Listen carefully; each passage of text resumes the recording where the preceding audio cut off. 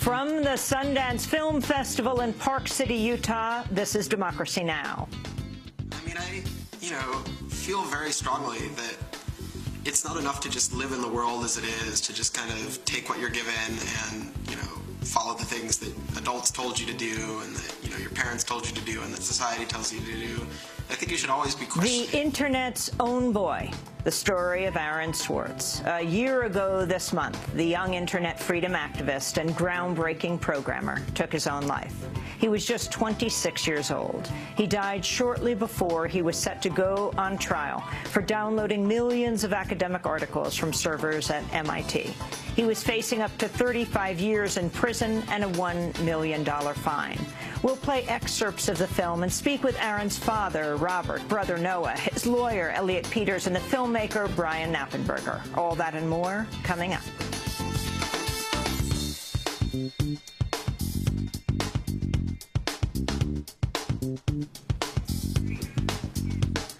Welcome to Democracy Now!, democracynow.org, the War and Peace Report. I'm Amy Goodman. We're broadcasting from Park City TV in Utah.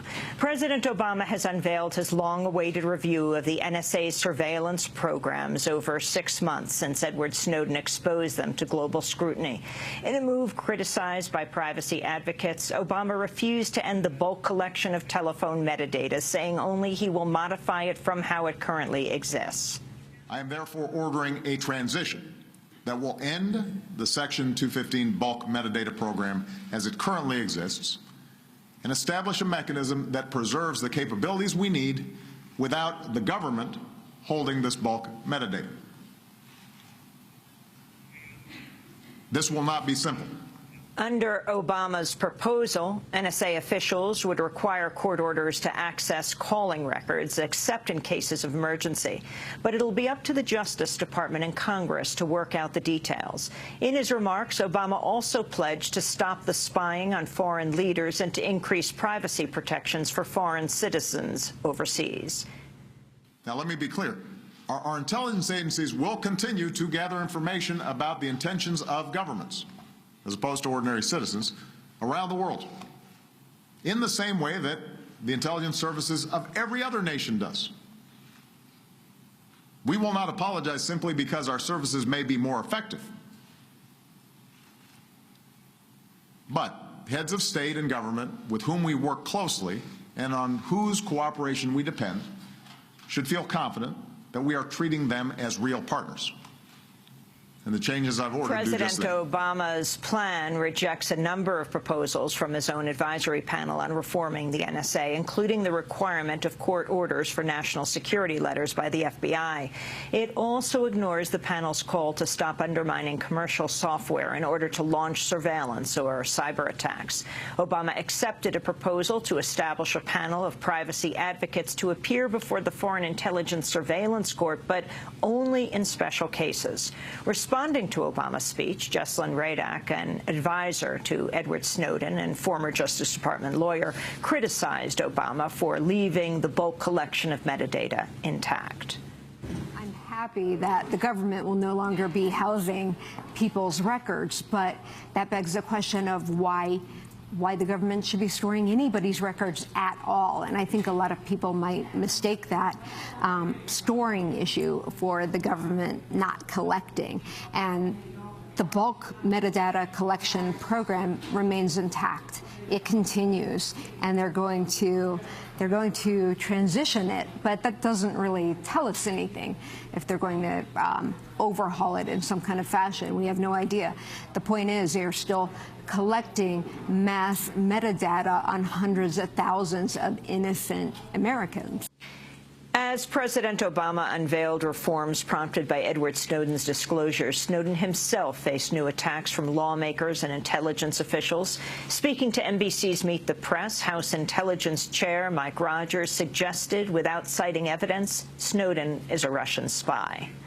This was a thief who we believe had some help, who stole information. The vast majority had nothing to do with privacy. Our Army, Navy, Air Force, Marines have been incredibly harmed by the data that he has taken with him, and we believe now is in the hands of nation state. I believe there's a reason he ended up in the hands, the loving arms of an FSB agent in Moscow.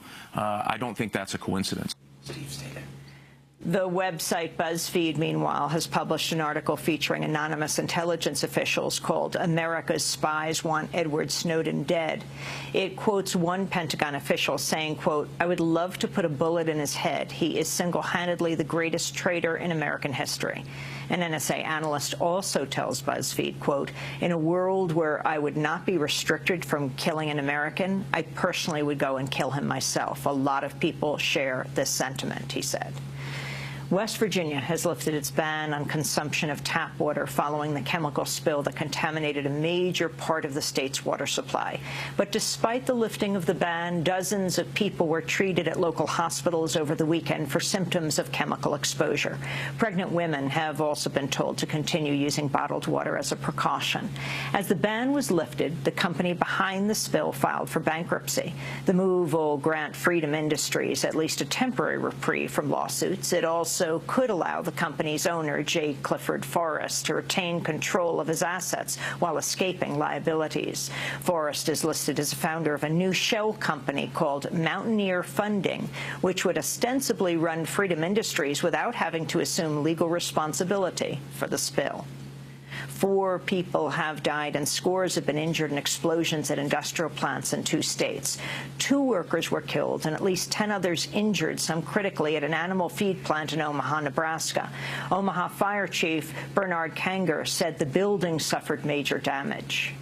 This is a large building with significant structural damage.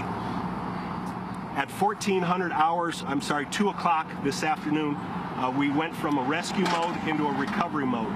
What that means is we've slowed down our operation.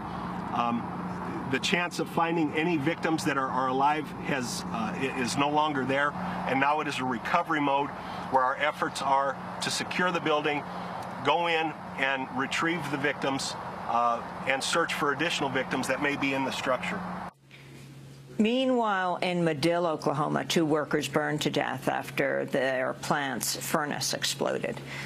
UN Secretary General Ban Ki-moon has withdrawn an invitation for Iran to attend the Syria peace talks after pressure from the United States. A spokesperson said Iran had reneged on a pledge to support a transitional government in Syria, the basis for Wednesday's meeting in Switzerland. A series of meetings and telephone conversations, senior Iranian officials assured the Secretary General that Iran understood and supported the basis and goal of the conference, including the Geneva communique. The Secretary General is deeply disappointed by Iranian public statements today that are not at all consistent with that stated commitment. He continues to urge Iran to join the global consensus behind the Geneva communique. Given that it has chosen to remain outside that basic understanding, he has decided that the one-day Montreux gathering will proceed without Iran's participation.